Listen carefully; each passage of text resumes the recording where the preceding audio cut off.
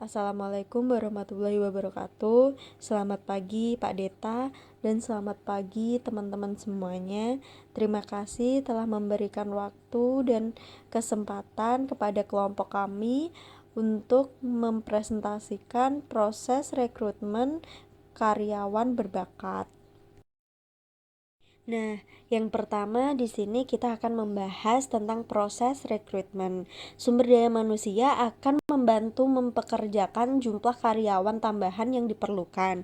Sumber daya manusia berusaha untuk memenuhi dengan menuliskan persyaratan pekerjaan dan mengiklankan posisi tersebut di surat kabar, situs web, ataupun di media sosial lainnya.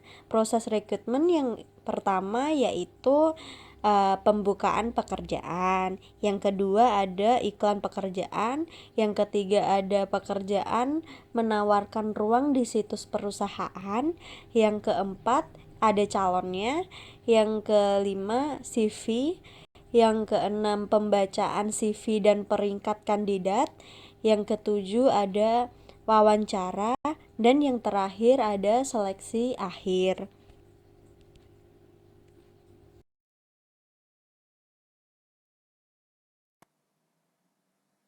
Proses rekrutmen selanjutnya yaitu beberapa catatan tentang resume.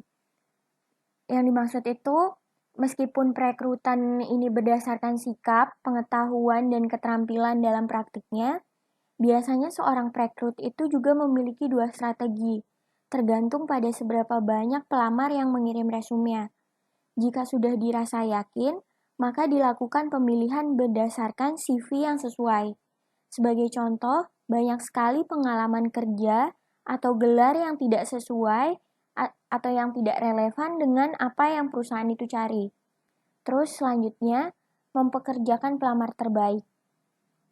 Pelamar yang terpilih kemudian dievaluasi menggunakan sistem wawancara untuk memastikan track record para pelamar itu sendiri dan untuk mengetahui seberapa besar motivasinya dalam bekerja.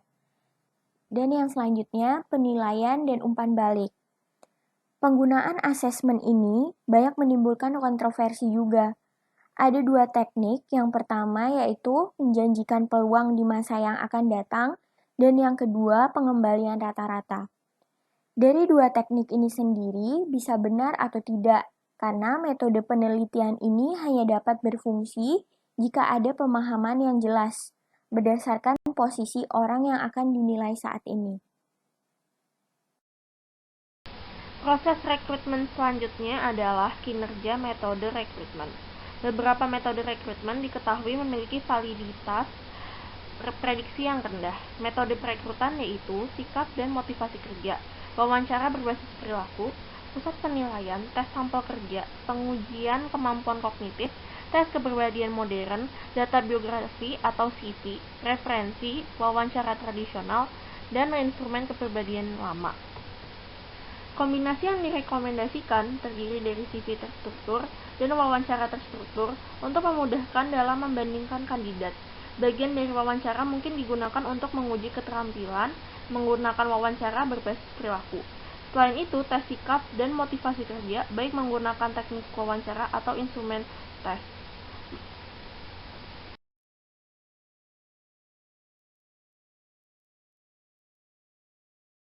Selanjutnya, mengidentifikasi strategi akuisisi bakat.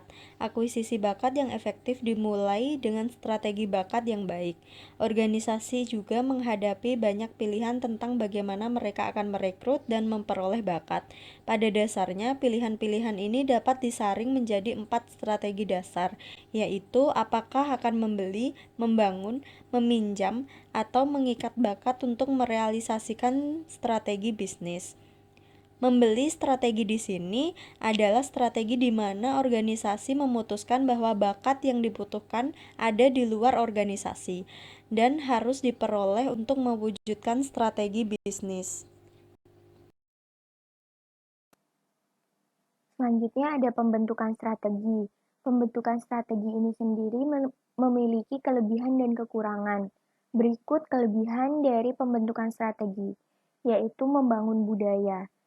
membangun budaya ini yaitu untuk berinvestasi dalam sumber daya internal, memastikan bahwa budaya yang ada terus berkembang dan cara kerjanya mudah dipahami, terutama dengan calon pemimpinnya.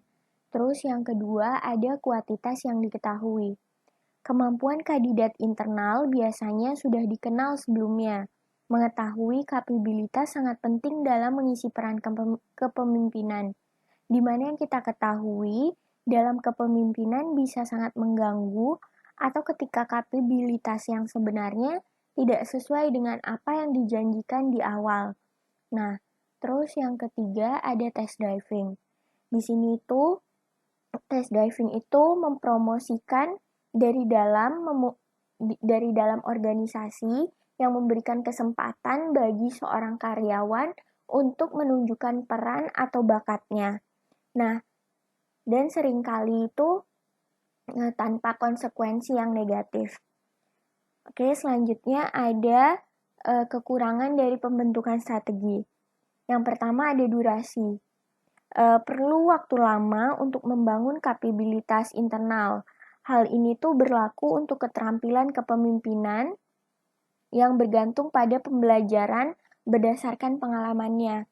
Terus yang kedua ada persyaratan infrastruktur, yaitu untuk berkomitmen dari promosi dalam organisasi berarti memberikan kesempatan yang konsisten untuk terus berkembang. Dan yang terakhir adanya rasa berhak. Dalam beberapa kasus strategi build ini akan menciptakan kesan antara karyawan bahwa mereka tuh berhak atas promosi meskipun mereka bukan kandidat yang paling memenuhi syarat. Strategi pinjam adalah strategi di mana organisasi menentukan bahwa celah bakat harus diisi dengan cepat tetapi durasi kebutuhan mungkin jangka pendek.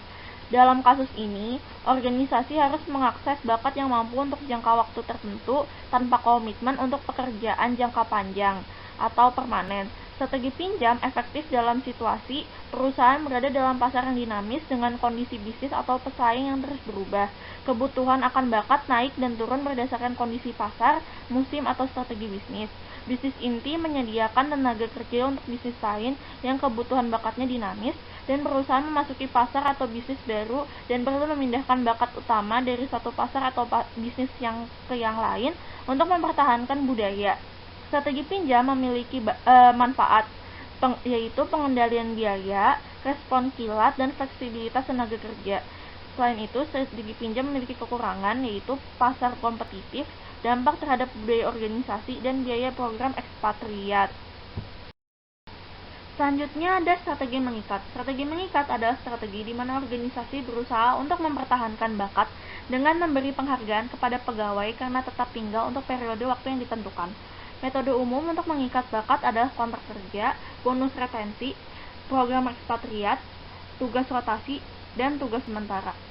Pengikatan bisa efektif dalam situasi organisasi terlibat dalam merger, akuisisi, atau divestasi yang membuatnya sulit untuk mempertahankan bakat utama saat sinergi sumber daya manusia dieksplorasi. Organisasi berada dalam pasar yang sangat kompetitif, di mana bakat langka tetapi dapat dipindahkan dari satu organisasi ke organisasi lain. Selanjutnya, strategi mengikat memiliki kelebihan, yaitu perlindungan, kompetensi, dan manajemen pengetahuan. Strategi mengikat juga memiliki kekurangan, yaitu biaya, membutuhkan rencana yang lebih jelas, dan dampak negatif terhadap moralitas secara keseluruhan. Sekian presentasi dari kami. Wassalamualaikum warahmatullahi wabarakatuh.